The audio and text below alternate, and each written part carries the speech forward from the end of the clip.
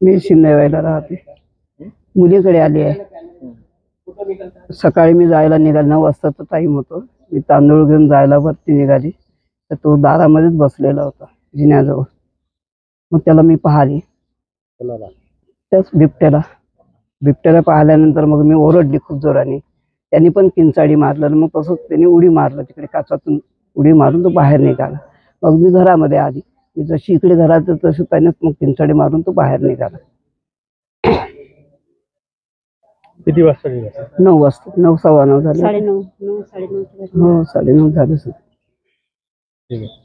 रोजी सकाळी 9 वाजता असिस्टंट कमिशनर महानगरपालिका यांचा एक फोन आला की न्यू तापडिया नगरमध्ये एक बिबट वन्य प्राणी आलेला आहे.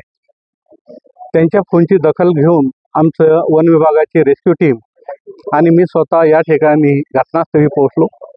घटनास्थळी एका घरातून खिडकी फोडून बाहेर आलेला प्राणी आणि त्याने उडी मारली. त्या टिनाला एक पांढरे केस लागलेले होते, परंतु ते वन्य प्राणी बिबटचे नसून दुसरा अन्य कुठला तरी प्राणी असेल, अजून कन्फर्म झालेलं नाही.